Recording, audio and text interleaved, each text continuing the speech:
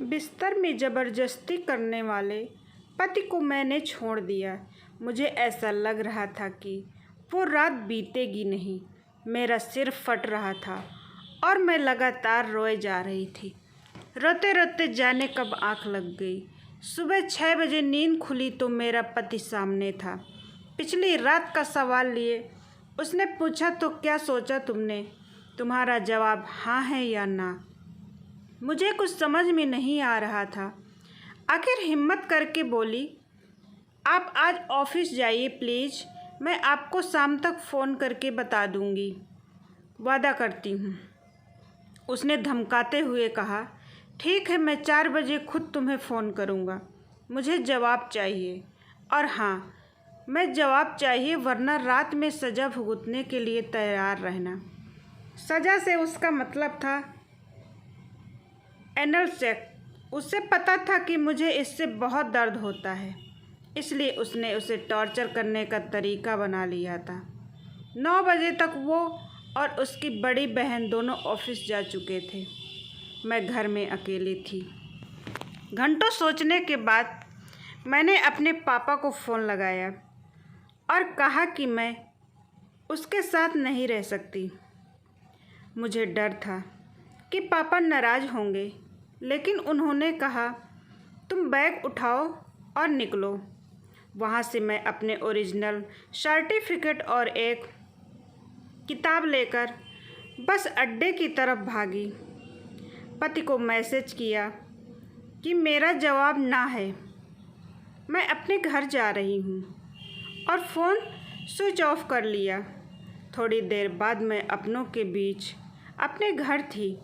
मैंने शादी के 2 महीने में ही अपने पति का घर छोड़ दिया था।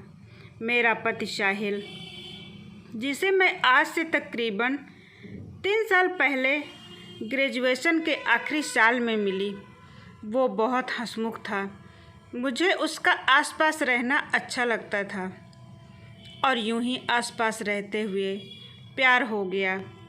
हम घूमने जाते, घंटों फ़ोन पर बातें करते। ज़िंदगी कुछ ज़्यादा ही मेहरबान थी, लेकिन ये गुलाबी रोमांस ज़्यादा दिन नहीं टिक सका। धीरे धीरे मुझे लगने लगा कि ये वो बराबरी वाला रिश्ता नहीं है जो मैं चाहती थी। ये रिश्ता वैसा ही होता जा रहा है जैसा मेरे मम्मी और पापा का था। फ़र्क इतना कि मम्मी कुछ नहीं कहती थी और मैं चुप नहीं रह पाती थी। पापा छोटी छोटी बातों को लेकर मम्मी पर चीखते, हाथ उठाते, मम्मी बस रोती रहती। साहिल के साथ बहस होती तो वो अक्सर धक्का मुक्की पर उतर आता और ज़बरदस्ती करीब आने की कोशिश करता। मैं मना करती तो चीखता चिल्लाता। एक बार उसने मुझसे पूछा, अच्छा बताओ, अगर मैं कभी तुम पर हाथ उठाऊं? मैं हैरान रह गई। वह मुश्किल अपने गुस्से को काबू में कर बोली, मैं उसी दिन तुमसे अलग हो जाऊंगी। उसने तपाक से कहा, इसका मतलब तुम मुझसे प्यार ही नहीं करती। प्यार में तो कोई शर्त नहीं होनी चाहिए। इसके बाद तकरीबन 1 महीने तक हमारी बोलचाल बंद रही। धीरे धीरे लड़ाइयाँ बढ़ने लगी। कई बार मैंने रिश्ता ख़त्म करने की कोशिश की, लेकिन हर बार वो माफ़ी मांग लेता। मैं खुद को हमेशा के लिए साहिल से दूर करना चाहती थी, लेकिन पता नहीं क्यों ऐसा कर नहीं पा रही थी। इस बीच मुझ पर शादी का दबाव बनाया जा रहा था। मैं अब टीचर बन गई थी। मैं क्लास में होती और मम्मी पापा का फ़ोन आ जाता।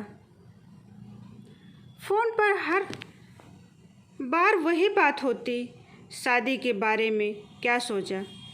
साहिल से ही कर लो, उससे नहीं करनी तो हमारी पसंद के लड़के से कर लो, अपनी 2 छोटी बहनों के बारे में भी सोचो, वगैरह वगैरह। घर में कुछ भी गड़बड़ होती तो उसे मेरी शादी ना करने से जोड़ दिया जाता। मम्मी की तबीयत खराब इसलिए हुई क्योंकि मैं शादी नहीं कर रही हूँ। पापा को बिजनेस में नुकसान हुआ क्योंकि मैं शादी नहीं कर रही हूँ।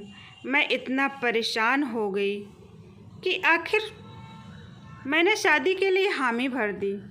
मैं तैयार तब भी नहीं थी और साहिल का वादा कि वो कोई ऐसा काम नहीं करेगा जिससे मुझे दुख हो, पर भरोसा भी नहीं था। शादी के बाद मेरा डर सच बनकर सामने आने लगा। साहिल मुझे कठपुतली की तरह अपने इशारों पर नचाने लगा। मुझे कविताएं लिखने का बहुत शौक़ था। मैं फेसबुक पर अपनी कविताएं शेयर करती थी। उसने इस पर रोक लगा दी। मैं वही कपड़े पहन सकती थी जो वो चाहता था। मुझे याद है एक बार उसने कहा था, रात तक अपनी पढ़ाई लिखाई का काम निपटा कर बैठा करो। मुझे खुश नहीं रखोगी तो मैं कहीं और जाऊंगा। वो कहता था कि मैं उसे खुश नहीं कर पाती हूँ, इसलिए पॉर्न देखकर कुछ सीखने का नसीहत देता और फिर उसने सिर पर हीरो बनने का शौक़ सवार हो गया। वो मुझे छोड़कर मुंबई जाना चाहता था। उसने कहा, तुम यहीं रहकर नौकरी करो और मुझे पैसे भेजना, फिर मैं तुम्हारे नाम पर लोन लेकर घर भी खरीदूंगा। इसी के लिए उसे मेरे हामी चाहिए था। उस रात हाँ सुनने के लिए उसने मुझे धक्का देकर बेड पर गिरा दिया और फिर ज़बरदस्ती करने की कोशिश की। बस एक हद पार हो गई। उसी रात की अगली सुबह मैंने अपने पति को छोड़ दिया। मैं पढ़ी लिखी लड़की थी, खुद कमा सकती थी, अपने दम पर जी सकती थी। फिर भी जब मैं साहिल का घर छोड़कर निकली तो लगा जैसे मेरा कलेजा मुंह को आ रहा था। जब मुझे मालूम चला कि नपुंसक से मेरी शादी हुई है, समाज का डर था और अपनों का भी, लेकिन मेरे सीने में जमा दर्द इस डर से ज़्यादा बड़ा था। मम्मी पापा और दोनों बहनों से घिरी मैं अपने घर पहुंची। मेरे बाल बिखरे हुए थे और आंखें रात भर रोने की वजह से सूजी हुई थी। लड़कियां जब मायके आती हैं तो उनके चेहरे पर अलग ही निखार होता है, लेकिन मेरा चेहरा मुरझाया हुआ था। पड़ोसियों की चतुर आँखों की सच्चाई भांपते देर नहीं लगी। मेरे घर आने वालों का तांता लग गया। सब कह रहे थे हमारे साथ बहुत बुरा हुआ। कुछ लोग उम्मीद बंधा रहे थे कि साहिल खुद मुझे वापस ले जाने आएगा। कुछ का कहना था कि इतनी छोटी छोटी वजह से इतना बड़ा फैसला नहीं लेना चाहिए। जितने मुंह उतनी बातें, लेकिन ये बातें मेरा फैसला नहीं बदल सकी। साहिल का घर छोड़े मुझे 7 महीने हो चुके हैं और अब मैं अपने रास्ते खुद तय कर रही हूँ। मुझे फेलोशिप मिली है, मैं नौकरी कर रही हूँ और साथ में पढ़ाई भी। इन सब के साथ पुलिस थानों और कोर्ट के चक्कर लगते रहते हैं, क्योंकि अभी कानूनी तौर पर तलाक की प्रक्रिया पूरी नहीं हुई है। अब भी मैं कई बार सोते सोते चौंक कर उठ जाती हूँ। अब भी मुझे बुरे सपने आते हैं। जो कुछ मेरे साथ हुआ उसे मैं अब भी नहीं भूल पाई हूँ, लेकिन आगे बढ़ने की मेरी कोशिश जारी है। आखिर क्यों मैंने एक औरत के साथ रहने का फ़ैसला किया।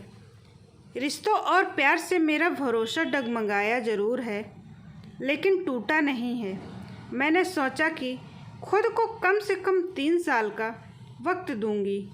इस दौरान मैं अपना सारा प्यार खुद पर लुटाऊंगी और खुद को मजबूत बनाऊंगी। मुझे खुद पर फ़ख्र है कि मैं चुप नहीं रही, घुटती नहीं रही, बल्कि वक्त रहते इस रिश्ते को तोड़ दिया।